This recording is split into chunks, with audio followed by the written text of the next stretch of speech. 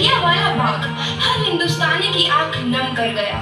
इस कांड में कितने मासूमों की आहुति चढ़ गई, इतनी हैवानियत से इंसानियत कत्ल कर दी गई। जलियांवाला बाग के हत्याकांड ने आजादी की आग में घी देने का काम किया। मासूम औरतों, बच्चों की दर्द भरी चीखें और सिसकियां इनकलाब का गूंज बनकर उभरी।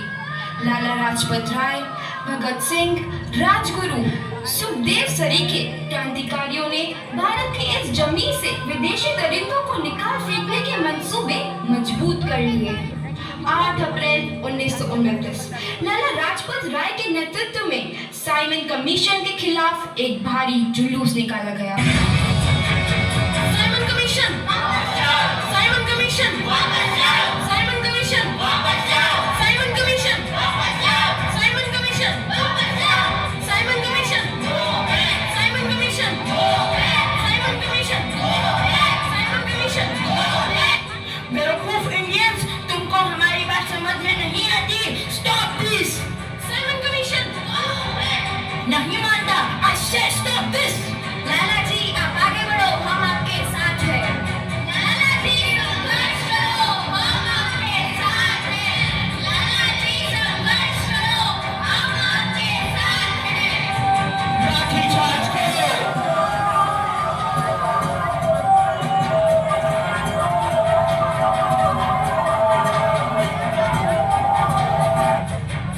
लाला जी को तो बहुत गहरी चोट लगी है, उनका सर फट गया है। मेरे शरीर में लगी एक एक लाठी अंग्रेजी सरकार के कफन में कील का काम करेगी। ये आजादी की लड़ाई रुकनी नहीं चाहिए। ये जिम्मेदारी मैं तुम सबको सौंप कर जा रहा हूँ। लाला लाजपत राय की दर्दनाक मौत के बाद भगत सिंह, सुखदेव, राजगुरु वतन के इन मतवालों के खून में ऐसा उबाल आया जिसका सामना करना अंग्रेजी सरकार के लिए मुश्किल हो गया। अंग्रेजों को करारा जवाब देने के लिए स्कॉट और सैंडर्स को मारने की रूपरेखा रची गई।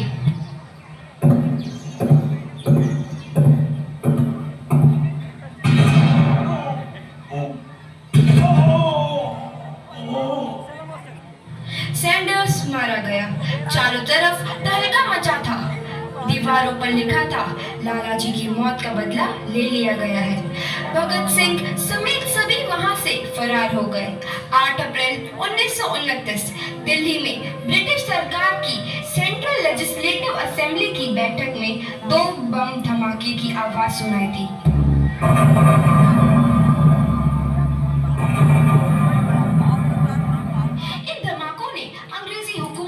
हिलाकर रख दिया। इस घटना को अंजाम देने वाले भगत सिंह, राजगुरु और सुखदेव ने अपने आप को अंग्रेजों के हवाले कर दिया। 1930 को अदालत ने अपना फैसला सुनाया। मुलजिम भगत सिंह, मुलजिम राजगुरु, मुलजिम सुखदेव को दफा 121 और दफा 302 के तहत ये अदालत तीनों को मुजरिम करार देती है और इस गुस्ताखी के लिए ये अदालत इन तीनों को सजाए मौत की सजा सुनाती है। सरफरोशी की तमन्ना अब हमारे दिल में है, देखना है जोर कितना बाजुए कातिल में है।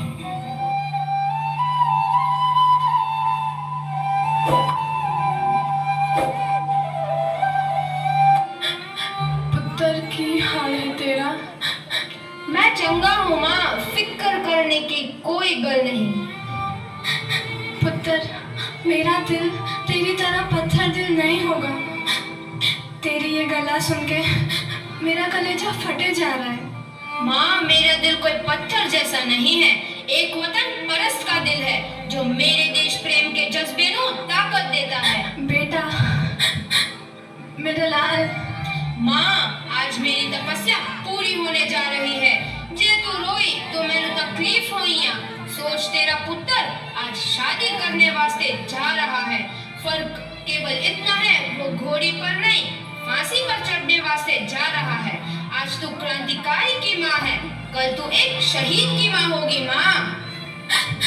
पुत्र, भगत, तू इतनी छोटी उम्र में हम सबको छोड़ के चला जाएगा।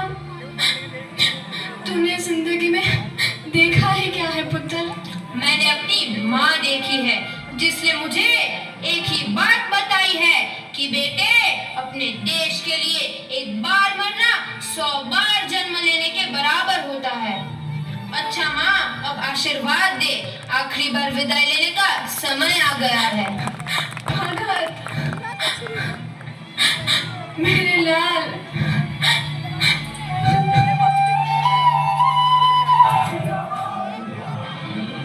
भगत सिंह, तुम्हारी कोई आखिरी ख्वाहिश?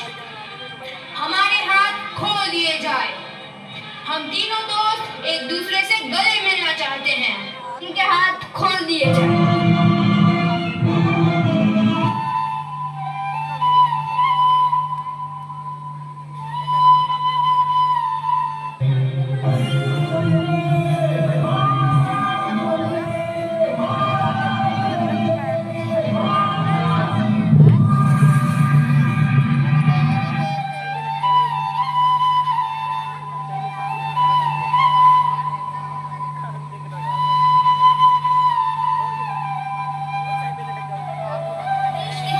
नौजवान के मन में आजादी की नई उमंग हिलोरे लेने लगी।